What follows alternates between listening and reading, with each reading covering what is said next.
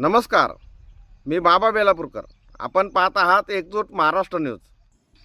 अनुसूचित जातीतील वर्गीकरण मुद्दा पावसाळी अधिवेशनामध्ये सर्व विरोधी पक्षातील आमदारांना घेऊन प्रभावीपणे हा मुद्दा मांडावा व पुनर्विचार याचिका दाखल करण्यास सरकारला भाग पाडावे या मागणीचे निवेदन आज दिनांक 11/6/2026 रोजी श्रीरामपूर तालुक्याचे आमदार हेमंत ओगले यांना भीमशक्तीचे अहिल्यानगर जिल्हा अध्यक्ष संदीप भाऊ मगर यांनी व पदाधिकारी व कार्यकर्त्यांच्या उपस्थितीत दिले.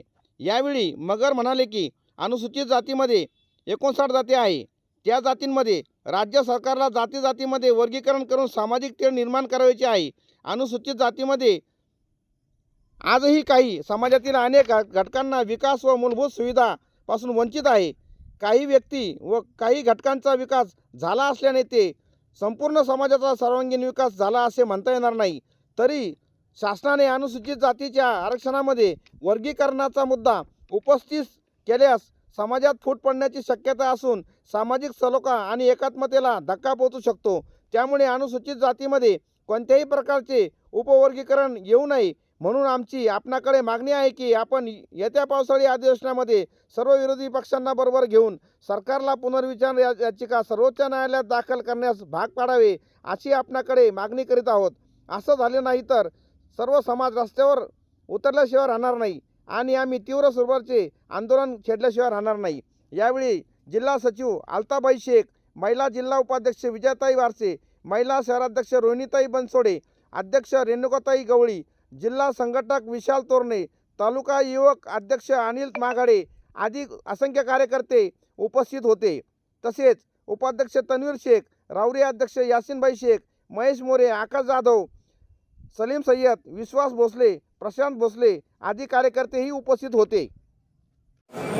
डॉक्टर बाबासाहेब आंबेडकरांचा आरक्षण आमच्या हक्काचं, आरक्षण आमच्या हक्काचं,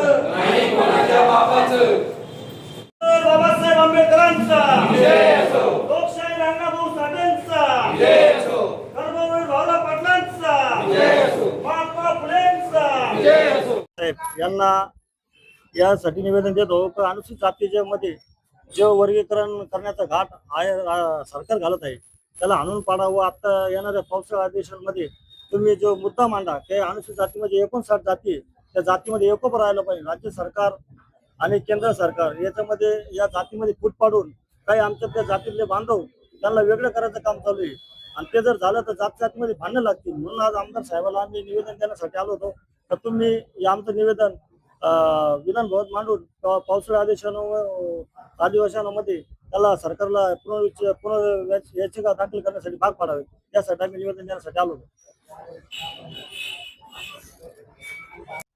तुर्तास एवढेच. भेटूया पुढच्या बातमीपत्रात. जय हिंद, जय महाराष्ट्र.